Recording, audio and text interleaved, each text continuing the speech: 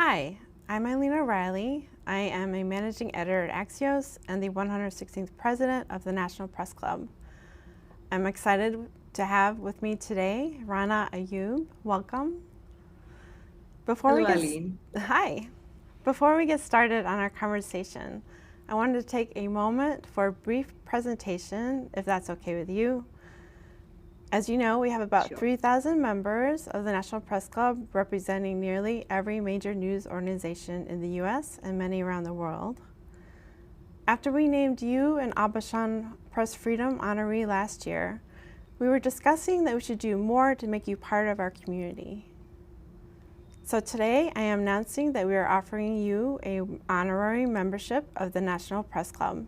And here's your National Press Club card, which you will get on your next visit here today. Thank you so much, Eileen. It's a great honor. Means a lot to me. Good. I'm so glad. I just wanted to note that it is pretty rare that we do this step of reaching out to make a journalist an honorary member, but we felt it was very important to do so in your case. We wanted to send a signal to the world that you are a member of the National Press Club, and that we want you to be granted all the protections and rights afforded any of our members. I wanted to also point out that you are the first Indian journalist to receive this honor and only the second non-US journalist to be an honorary member. We see this as a significant recognition which you have earned through your courageous work as a journalist, which we fully support. So you accept this honor? Absolutely, Eileen. It's a great honor to be receiving this as the first Indian, as the second, like you said, as a second non-US person. I mean, it is extremely important at this point of time with the way journalists are becoming the enemies of the state, right? Mm-hmm. For organizations and institutions like the Press Club, which stands for inclusion of all journalists to be for this kind of support. And the support is like a shot in the arm because you feel less alone, right? You feel like, okay, you feel like there are people all over the world, prestigious organizations like the National Press Club who have got your back, and you can do your journalism and you can raise your voice. And there are people who will protect your fundamental right, especially with what we are seeing right now. I can see you wearing those two badges for Austin Tice and for Evan. It's unfortunate that in the times that we live in, right, that journalists are becoming the targets of increasingly of authoritarian regimes. So an honor like this, or not just brings the attention to our cases, but to the importance of journalism in the world today. Yes, it's so important. And I know you're talking to us from Italy right now. Can you tell us why you're there? I'm in Italy for the Perugia Journalism Festival, for which I've been coming. This is literally my third or fourth year, and this is where almost some of the best journalists in the world converge for various conversations. I was here last year when I was stopped at the airport in India, and then I gave my keynote about doing journalism in the face of a regime that wants to censor your voice.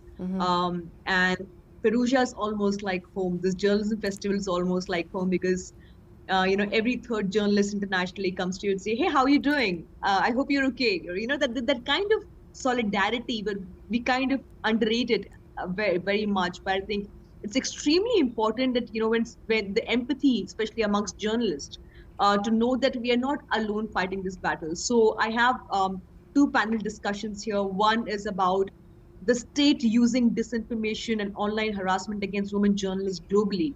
So that is one panel, and the other panel is an ICFJ study, an international consortium for journalists.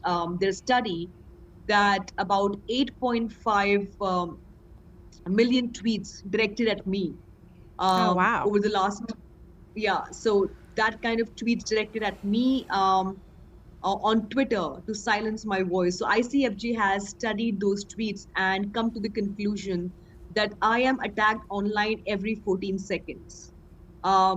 So that kind of, I mean, we all know that disinformation and fake news and, propaganda about journalists is like the new warfare. Besides the legal warfare, that we all face. We also have to face Twitter trends. We also have to face disinformation regarding us, which is used to discredit us and silence our voice and intimidate us into silence. So it's important that we have these conversations, which is why I'm here at Perugia with some incredible journalists like Maria Ressa, there is Carol Cadwallader, incredible journalists with whom I'll be sharing the panel discussion tomorrow.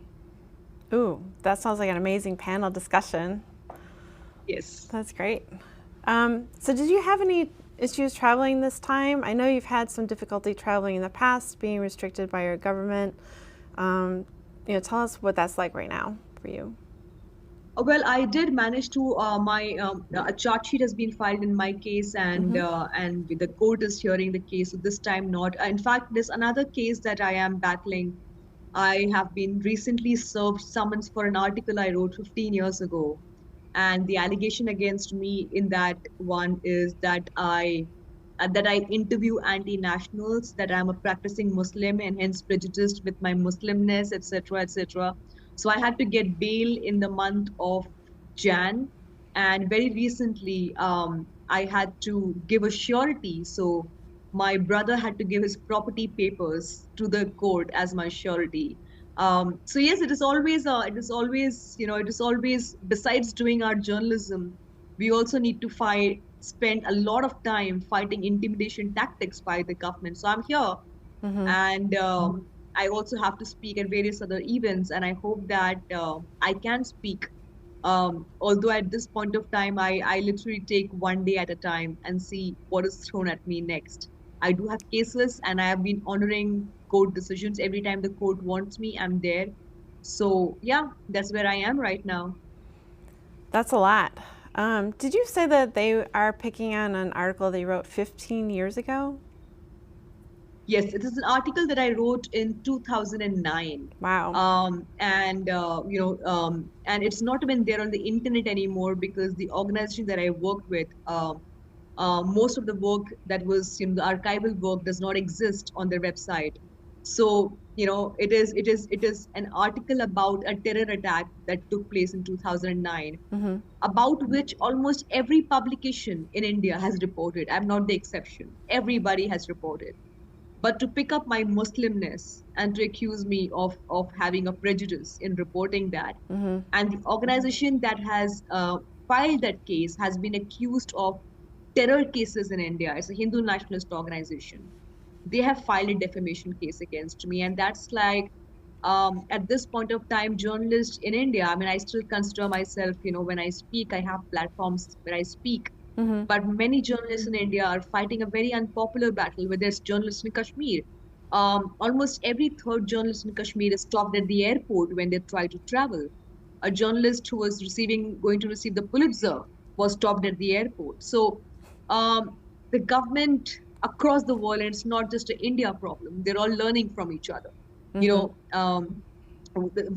colleague, my fellow Washington Post opinions contributor, Vladimir Karamurza, was awarded a 25-year sentence for treason for speaking up against what's happening in Ukraine. So I think all these populist leaders learn from each other to target journalists, and they are successful in that, unfortunately. Successful not in breaking our spirit. I don't think they have been able to break our spirit, but as they say, the process is the punishment, right? They keep you involved in so much paperwork. They file so many cases against you. They try to malign your reputation. So you are spending more time fighting cases as opposed to doing the journalism that you should be doing. Yes, it definitely seems like that's a deliberate strategy. Can you tell us a little bit more about what your day-to-day life is in India then, as a journalist? So just before I left for Italy, there was a rally in the Western India where at least 13 people had died of a heat stroke because they attended a political rally, and they were made, millions of people were made to sit in harsh sun in Mumbai, which was, and without water, without any facility, and they all died of heat stroke. and many are critical. So just before I went to report that story. I recently wrote an opinion piece for the Washington Post. So I write my opinions for the Washington Post. I also do my investigations. There's an investigation that I've been working for the last 1.5 years, and it's extremely critical. So, get it vetted by lawyers, and, besides, of course, spending time with the legal work, paperwork. Before I was here, the somebody from the income tax sent me some notices. So but I try to report as much as possible. I try to raise my voice. Um, i think i think probably we are living at a time when just reporting is not enough. You've got to possibly move one step forward and also speak. And many kind of call it activism. I would say it is active journalism, right? We are just being active in promoting what is the right thing to do. I mean, speaking up for journalists and fellow journalists, and speaking up for dictatorship, and uh, telling your stories to the world, and telling about your lived experience more than anything else. I think it's extremely critical. So that's what my day looks like when I'm not extremely stressed with the emotional turmoil that comes with the cases, right? I just filed I just filed another case against the explicit death and rape threats that are being directed at me. In fact, the police in Mumbai, where I stay, had registered a complaint against this guy who has been relentlessly giving me explicit gang rape and death threats to me and my family members. So when the case was filed, um, this person had deactivated his account. And when he realized that the cops are not taking any action, he reactivated his account again and said that he's going to get me killed in an extrajudicial murder. Oh. And that's I also alerted my colleagues recently about being followed physically by being tailed. So that is something I have just registered because I took the person's picture. So it is some days it gets a little overwhelming. Some days it feels like how how much should you fight? And especially in a country like India, where India is right now at the 150th position in the World Press Freedom Index. Right. It is and to speak up for your fellow journalists who do not have your voice, Right. And despite the constant threats and intimidation, it's important for their voices to reach. There are so many journalists in India who have been booked in terror cases, in money laundering cases, just for doing their journalism. And earlier, we used to see that that governments would slap just defamation cases against journalists to silence them. But as we see with what's happening globally, it's now they're slapping sedition, treason, war against nation, financial corruption charges, so that it looks more believable, right? Whether it is Maria Ressa, I mean, the various tax evasion charges, or other journalists who are facing, I have my colleague Jason Rezaian, right, who was behind bars in Iran. So I think so um, it is a global phenomena that suddenly you are using this new weaponry in this legal warfare, that to convince the public that they're not going after the journalists. There's a legit charge. They frame these, I mean, money laundering and tax evasion charges. We saw what happened with the BBC in India. There were income tax raids at the BBC office. Soon after, they played a documentary on Prime Minister Modi and his past, and his role as the Chief Minister of Gujarat when 1,000 Muslims were massacred. And the BBC office was raided for 3 full days. And the unfortunate bit here is not just that it was raided, that world leaders stayed silent. Most of the world leaders, the BBC is an iconic organization, right? It has been there, right? And to see that world leaders were dragging their feet, and democracies around the world were dragging their feet to speak up. And it is not just the BBC. If you see leaders, they are looking the other way. Um, to Why do speak you up think about that is? journalists. Do you think why are they looking away when they need to be taking a stand? Well, I think they also play a very pick and choose battle about which countries journalists should they speak about. If that country is a strategic ally, then that country's journalist will not be spoken about. But it's there are atrocities against all journalists across the world, but only democracies with which where you have, for instance, with India, right? I was reading a story by Politico where U.S. State Department officials said that they have been told that in India say nothing, right? Because India is needed as a strategic ally vis-a-vis China and Russia. So if there is an attack on journalists, right, we must not speak loud and clear. So that is something I think it is a very disturbing phenomenon. Yeah, no, it is. The National Press Club did issue some statements on the BBC, and we had panels showing the part of the documentary. So, what else can organizations like the National Press Club and others do to help raise this issue? I mean, last year when I got the John Aubuchon Honor, right? It came at a time for me when I was just overwhelmed with legal cases. I was just overwhelmed with also, when you are on television for 3 full days as projected as some kind of a criminal, right? When your television channels are outside your house, parked as if you are some kind of criminal, when your family is thrown under the bus, when your family members have to pay the price. And when I got the award, when I spoke my truth in a hall full of journalists and editors, Right. it felt like I was being heard, right? It felt like I was seen and heard.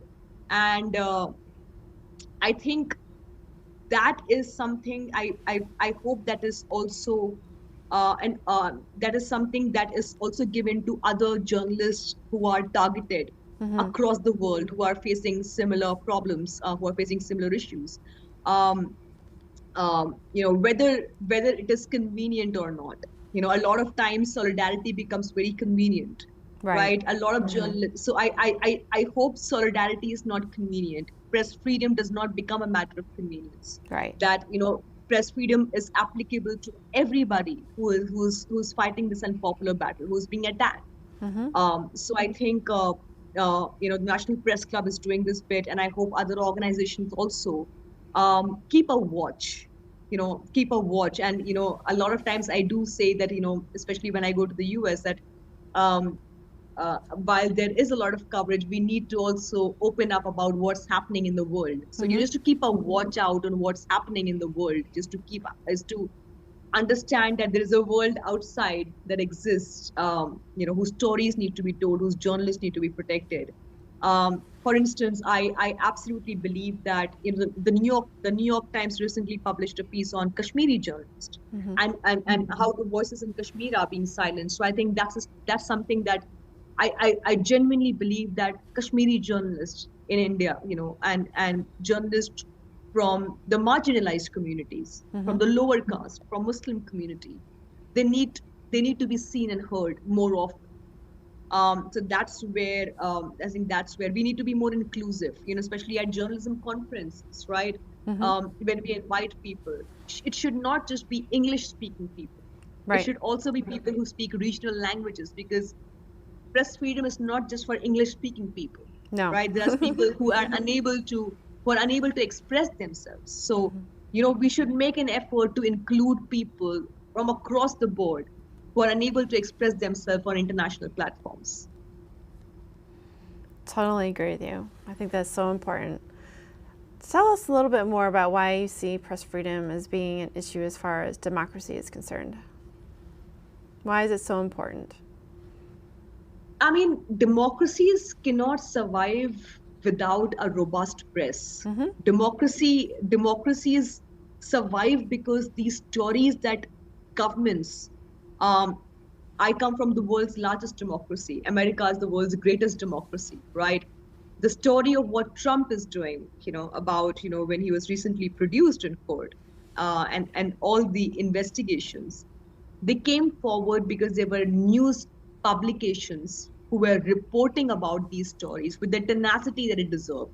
Yes, there are propaganda outfits and we all see them, but we also have journalists who are doggedly pursuing those stories, whether it's Putin. We are pursuing stories that people are putting their lives at risk in India, right? Unfortunately, in India, the mainstream media largely, as Maria Ressa says, is captured media, right? It is towing the line of the government.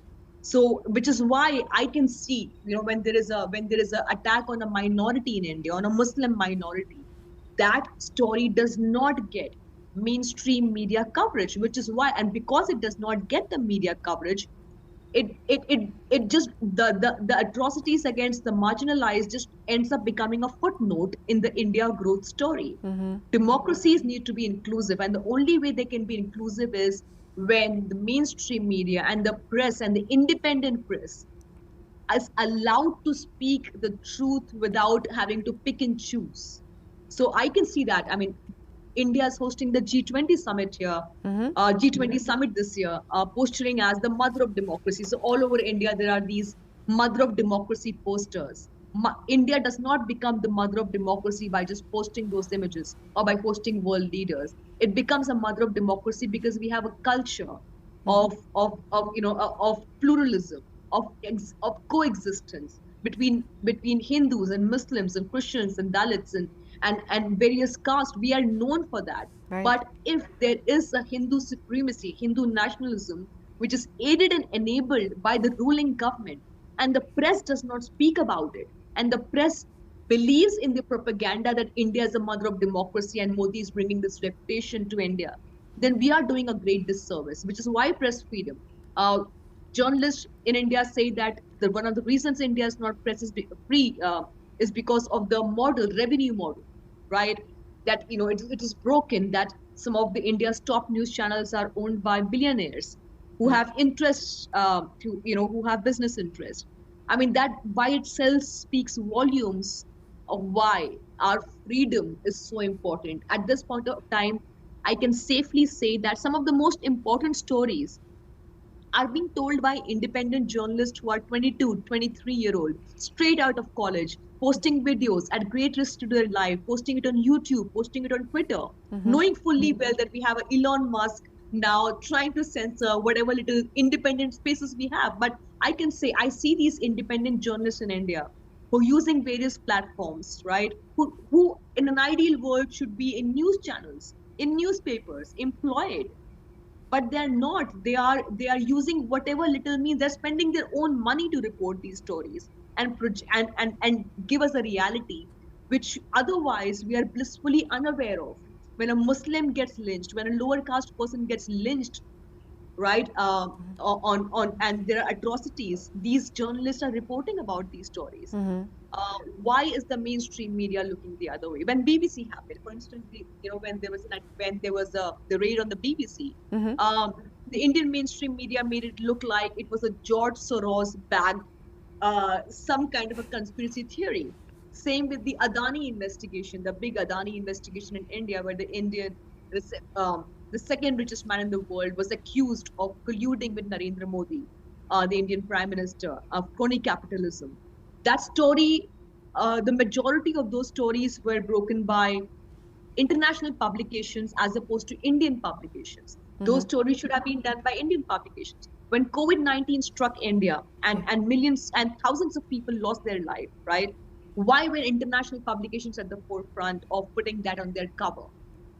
Why are our journalists not doing those stories? Why are we parroting the lines of the government? So then it does not remain democracy. Then it ends up becoming a dictatorship where you see a media which is just, I see the media in every time. It's nauseating to see it. It's nauseating to see the government's agenda on prime time every single day. So I think, which is why press freedom is the lifeline of a democracy. Yes, I totally agree. It's hard for regular people to make informed decisions if they don't have the facts in front of them that's given by an objective media source. So what kind of message would you send that you would like to see happen before the G20 comes to India? I mean, almost every, all the G20 countries will be visiting India, and world leaders, foreign ministers were in India recently. And I would, I mean, India calls itself a robust democracy, but Prime Minister Modi, he has been in power since 2014. It is 2023 now. It's almost 8 years. He has not taken a single press conference, right? How can the Prime Minister of the world's largest democracy not take a single press conference and address the media? Right. Why is it that members of the ruling government refer to journalists as prostitutes? Right? That the term that is being coined. So when the G20 leaders come to India, I think they need to see beyond. When you're coming to a country that is hosting its and positioning itself as the mother of democracy, then it also needs to protect the democracy. Then it also needs to speak up for the democratic rights. Because I keep saying this: if the world's largest democracy goes down under, right, ripples will be felt across the world. India cannot exist in isolation. We are seeing that with Russia right now. We are seeing that with Putin right now. It is important for world peace. It is important for the world, for that India maintains a moral compass, because we have for the longest time, called ourselves as a moral compass of sort, the land of Gandhi, right? The land of the Mahatma. Are we still the land of the Mahatma? So I feel the world has a very critical role in calling out dictatorships when they see it, without saying, hey, we cannot because there are allies in this battle. They need to call it out when they see it, as opposed to their ifs and buts, and as opposed to not speaking up about it. Can you tell us some stories of other Indian journalists, what they've been facing? I can, Indian journalists, I think the independent journalists that I know of are some of the bravest journalists that, I was in New Delhi 2 months ago, and I decided to meet some young independent journalists, just so that I have faith and I get some, I believe that it's not all over for the country, and just to get over my own cynicism, right? And there are journalists in Kashmir that I keep saying, there are journalists, my own colleague, Gauri Lankesh, she was shot dead in 2017. She used to get death threats, and she used to always say these are paper tigers. And Gauri was critical of Hindu nationalists in India, and she used to get a lot of threats, and she was shot dead outside her house in 2017 in India. And till today, we do not know who was behind her murder, right? And it happened around the same time as Daphne Caruana Galizia was murdered brutally in Malta. In India, journalist Siddiq Kapan was on his way to report the murder and gang rape of a lower caste girl. He had not even reported the story, and he was arrested on the way. He spent 2 years behind bars on terrorism charges. A journalist in Maharashtra was recently killed by the sand mining mafia with impunity. I feel like our lives do not matter. The lives of journalists do not matter. And the way Indian journalism is being targeted, right? The way the mainstream media is being slave to the revenue model, and also is being slave to the diktats of the government. The ones who are risking everything to speak up, to speak the truth, the world is not speaking loud enough for them. I visited the State Department last year, and I went to the White House last year, and I made it a point to speak about the independent journalists in India. It's because I felt like if I had a platform, if I was given that platform to be there, to speak to those people, I had a moral responsibility to speak to those people who are not there, who are not present there, right? It is extremely critical that we speak about these journalists without ifs and buts. And these are the journalists who are bringing some very, very critical stories. But again, and then there are publications in India like Article 14, there is Scroll, there is Caravan, there is Wire, there is Mook Nayak, there is Maktub Media. These are independent outlets. So the job that needs to be done by the mainstream media, the pink papers that we get in our home, they are not telling the stories. These independent websites, they are the one who are doing the critical stories. For instance, I really love Article 14. It is, it stands for the fundamental rights of Indian citizens. Article 14 is the article that gives um, freedom and fairness to Indian citizens. So I think Article 14 does some stunning work, um, independent work, and it's a very, very small, it's run by like a bunch of people who have come together to liberate journalism from the shackles of the gatekeepers.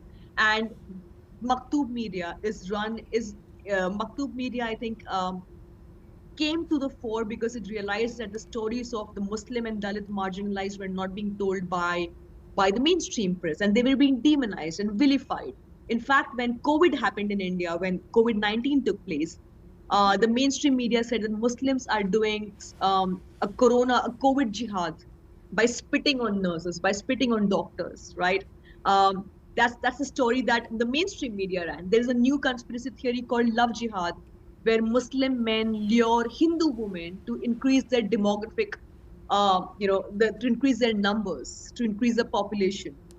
Now, as opposed to fact checking it, we have the mainstream media parroting those lines. Had it not been for these independent publications, had it not been for these journalists who run these blogs, we would not be getting those stories. But unfortunately, that mainstream media has managed to penetrate in a larger section of the Indian citizenry, because fake news, like all countries, is being weaponized in a country like India. We have organizations like Alt News and Boom Fact Check, which basically do the important work of fact checking.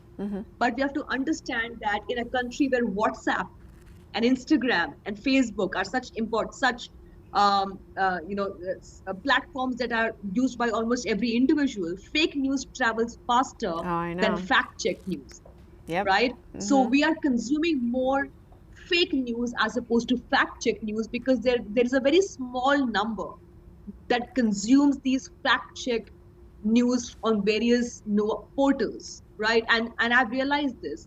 By the time a fake news is fact checked, it travels across the globe and becomes a reality for people. Like for instance, I think a month ago, the leader of the Nobel Peace Prize committee was in India, and one person attributed a quote to him that he said that Narendra Modi was the top contender for the Nobel Peace Prize. Nobody fact-checked it. It was all the anchors, news anchors started tweeting. Members of the government started tweeting, congratulating Prime Minister Modi. It's only when it was fact-checked. But by the time it was fact-checked, a majority of the country was told that, hey, your leader is so great that he's being considered for the Nobel Peace Prize. But that bit where he was fact-checked saying that that person from the Nobel Committee did not make that statement. He had to go on record saying that is fake news. But very small population can consume that news. Right. So I think there are people who are making that effort to liberate news from propaganda, but it's still a very small number. We need many more platforms, but there is, of course, the issue of licensing. There's, of course, the issue of funding. Who will fund these people? Like I said, the independent journalists who are doing this, when they report these stories and when cases are filed against them, they have to fight these cases with whatever little resources that they have. They don't have organizations backing for them.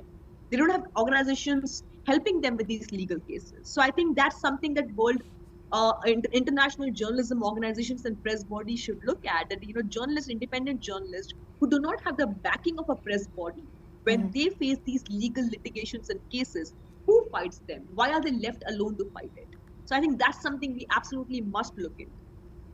Yes, it sounds very dire. How dangerous would you say it is that most of the people in India may not be getting, balanced news? That's the unfortunate reality, because you see your friends and you see your neighbors sharing WhatsApp forward with you. For instance, there's this conspiracy theory that Taj Mahal, which is one of the wonders of the world, which everybody, everywhere, anytime somebody comes to India, right? They go to the Taj Mahal. But this conspiracy theory that there was a Hindu temple beneath the Taj Mahal, right? There's so many people who start believing it.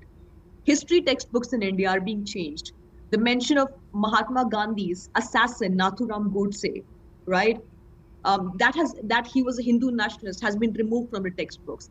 The contribution of Muslim rulers or Muslim leaders during the freedom struggle is being removed from textbooks. Mughal history is being removed from textbooks. So when you talk to your friends and colleagues, they justify it.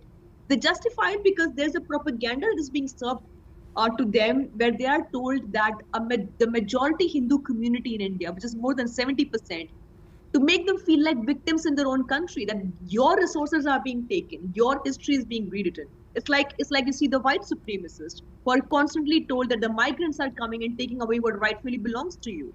And you see that attitude in the people. You see that attitude around the places where you live, the friends that you have, where Muslim. There was a video recently of a Muslim student being heckled in his classroom when the professor casually referred to him as a terrorist, right? Where does that mindset come from? It comes from the normalization and projection of a particular community, not just by the people in power, but by the mainstream media. And unfortunately, the larger public is consuming it and believing in it, right? I have seen the attitudes of people change, when there have been such critical stories in India, but Mr. Modi has been able to convince the larger majority that there's a Western conspiracy against him to defame him because he's on the path to lead India to greatness. And where have we heard this story before? We have heard this story with Viktor Orban. Each time Viktor Orban was attacked, he would say, George Soros is funding a campaign against me. It's everywhere that there's a Western conspiracy to defame those democracies. So and the unfortunate bit is that the people who are consuming it have started believing in it. I have friends we used to have a WhatsApp group, and most of my friends were Ivy League friends.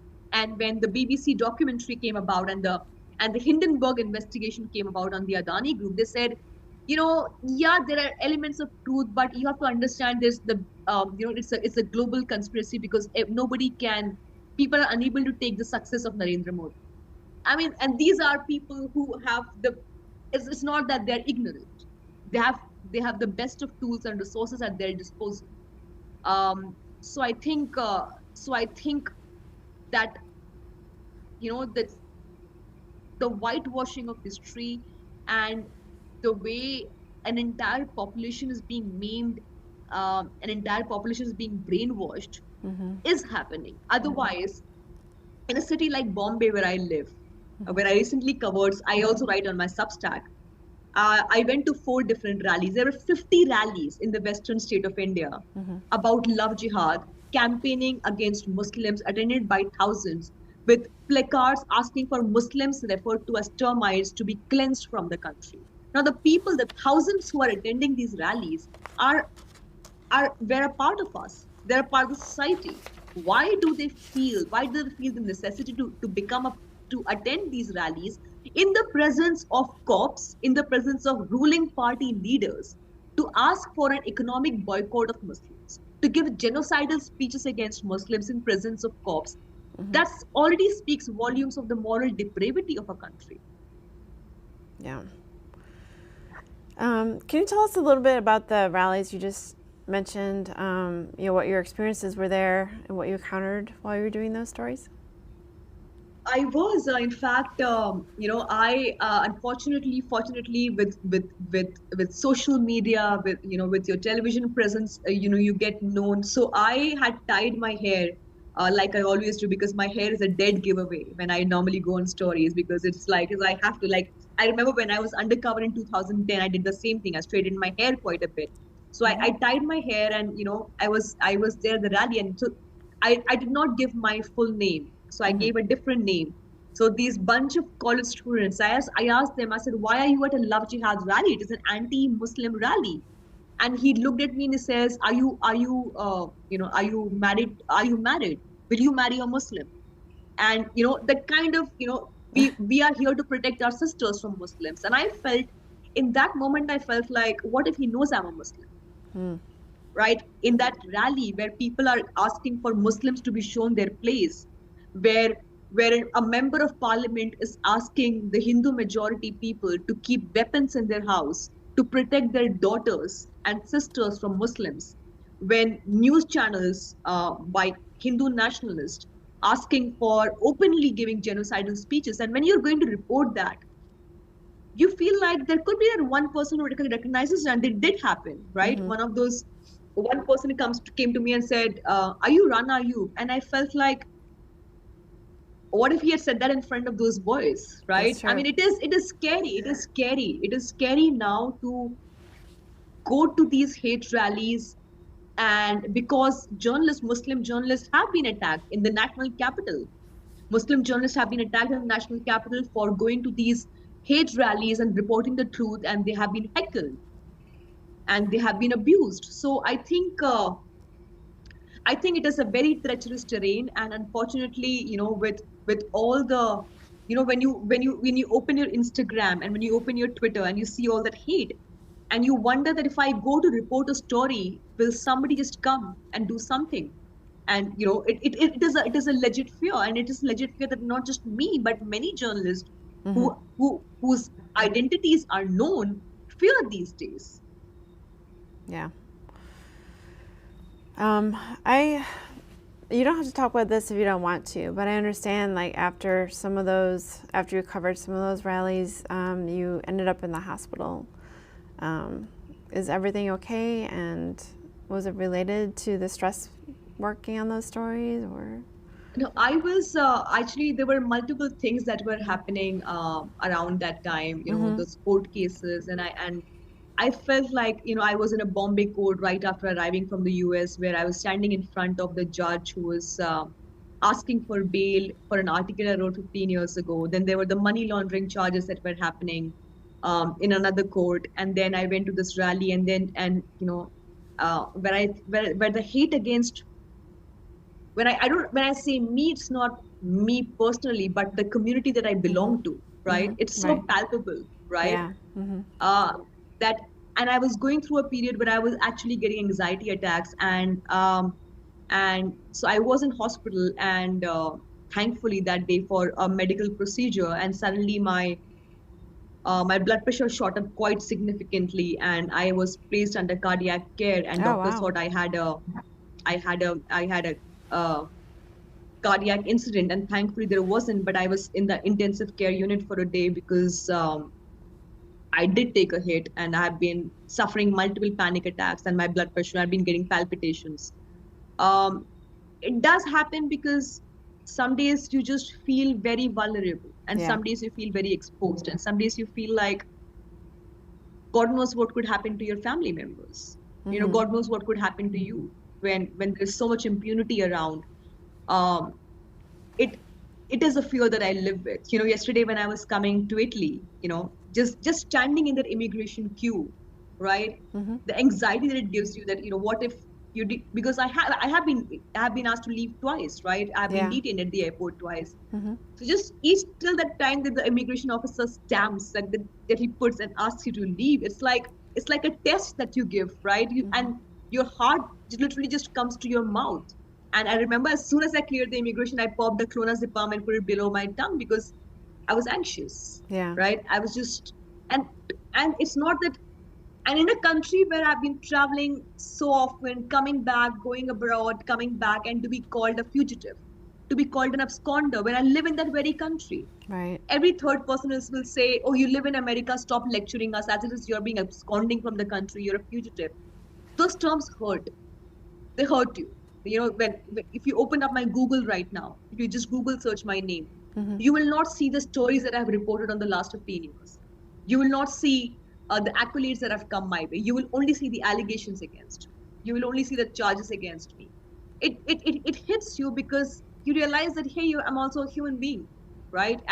And the projection that these people are making of me, right? What they're projecting about me is affecting me.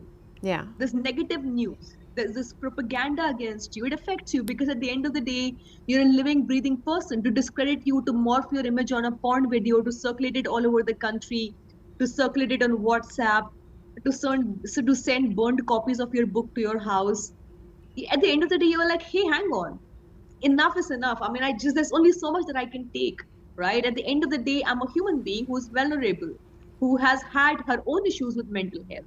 right, in the past. So you feel like some days it gets to a point where it's unbearable. Yeah. And which is why, and you constantly believe it's related to your mental health, but some days it manifests itself physically, and that's when you get these cardiac conditions, and that's when doctors pump you with beta blockers and and medication and aspirin to kind of bring down your palpitations. So I think that's an unfortunate side effect or that's an unfortunate part of the battle that we are fighting. It is. I know a lot of journalists face a lot of, trauma because of the stress in the job. But I think, somebody living your experience who's constantly under threat has an extra layer of, stress on that. So please be careful. Take care of yourself. I will. Thank you so much. Yeah, and I know women journalists in particular face a lot of social media trolling and other types of violent, threats. What can you tell us a little bit about, what you've seen and what your fellow women journalists have seen, and particularly in India? I think in the Indian context, it's very important to place this argument that, especially in India, where there is so much virtue placed on a woman's character, right? When the kind of hate that women get on social media is more sexualized, it's more gendered. It's like the slurs that they use against Miss Jihadi Jane, ISIS sex slave, BB, prostitute, right? They Photoshop your image with a political leader in bed, right? That's the kind of hate that you get. When I was stopped at the airport last year, there is a right-wing publication that put out a caricature of my breast with the allegations on each, and it was a caricature that was made that I was running away with that kind of money, and the image was shared, God knows how many thousand times, and same with so many women who are slut-shamed every single day. And we, the privileged women in modern cities, probably have a family backing and a setup where we have friends who understand. Yeah. But if you look at women in rural areas where there is a patriarchal setup, where women have to fight to even speak up, where women have to fight to be journalists, they suffer this in silence because they believe that if they speak up, they will be asked to leave the profession by their family or their immediate people who they live with. So I think and it's just, there's a journalist called Meena Kotwal. She runs a publication called Mook Nayak, which came from a space where she herself was a victim of caste. She had caste slurs being thrown at her. So she started a media publication which only had stories of the marginalized. And she was telling me recently that, she said, Rana, you get gendered and you get communal slurs, I get casteist slurs. I'm constantly told, do you think you deserve to be in our midst reporting, considering you belong to the lower caste? I mean, so there are various layers to the story. There are various layers to the way women are attacked. And more often, I mean, men do not really face character assassination as much as women do, right? Women, they believe, they morph their image, they sexualize it, they give rape and death threats, because whether we like it or not, every time you see an explicit rape and death threat, you can be brave. I mean, none of us have to be brave to do the story that we are doing, but however brave you are, it just hits you hard and you just take a step back, right? When I have Twitter trends about me, I just switch off my phone. I switch off my phone for 2 days and I don't want to go on Twitter because you feel exposed. Yes. Right? You feel like there's a virtual lynch mob out to attack you, right? Yeah. Out to outrage your dignity. So that is something that probably women journalists across the world face. Right. Right? When you cannot silence them. No. When you cannot silence them on their facts, let's slut shame them.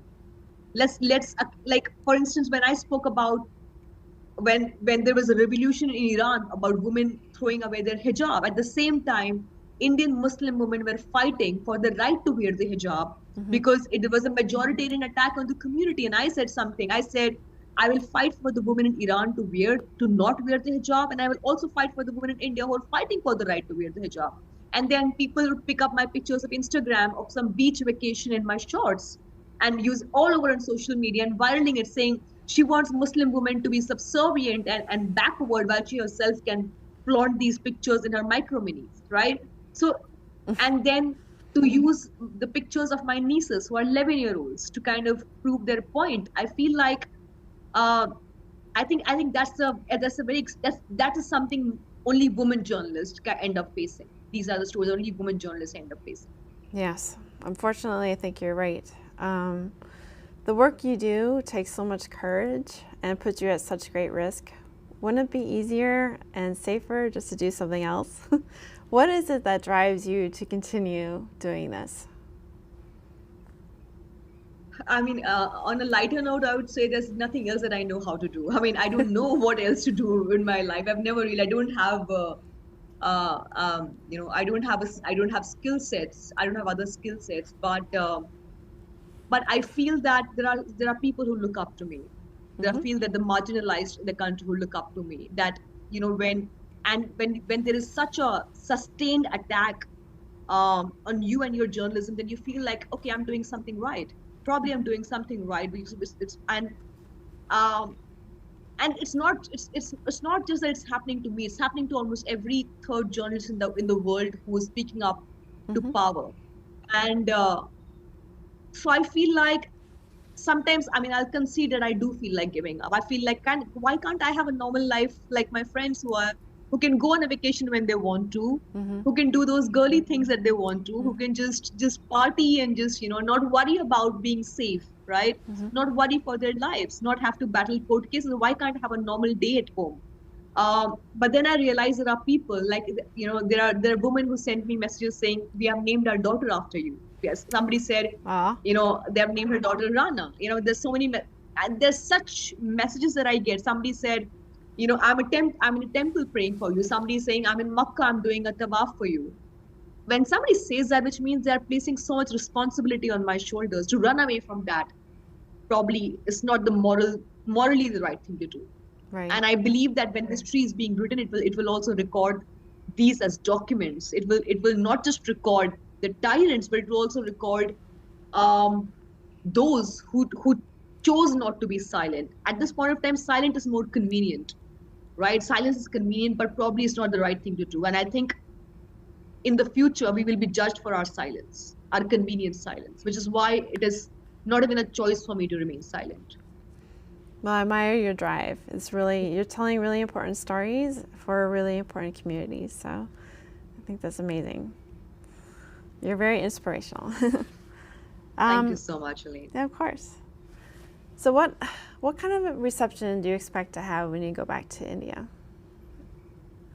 I mean, now it's become a par for course for me. I mean, I go back to India, the same court cases, the same summons, lawyers arguing, my case, then the defamation case. I keep wondering if there's going to be a new one. So yes, I mean, I don't know what lies ahead for me. Honestly, if earlier I used to say, in 6 months I'm going to be here, in 3 months I'm going to be here, I'm going to be attending this event. Now I feel like I take one day at a time because I don't know what the future holds for me. Right. And right now you have two cases?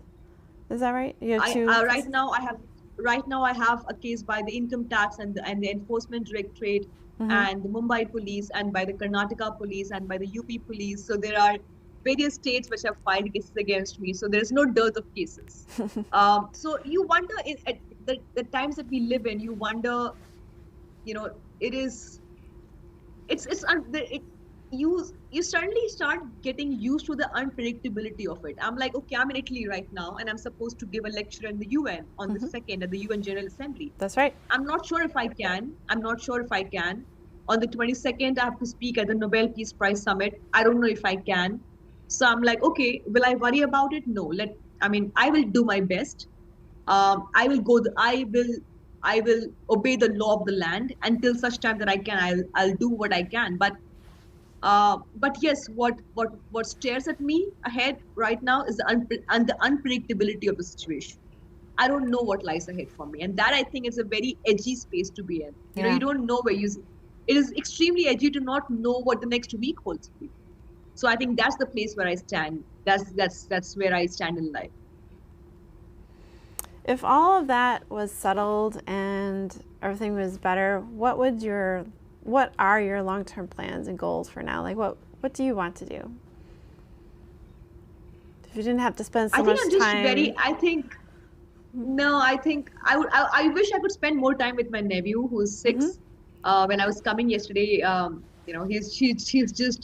he's probably the only love of my life, and I wish I could spend more time. I wish I could spend more time with him, but I don't have any ambitions. I just wanted to keep doing what I'm doing right now. I think that it drives me. It keeps me alive. It keeps me alive in the middle of all those depressing things that are happening.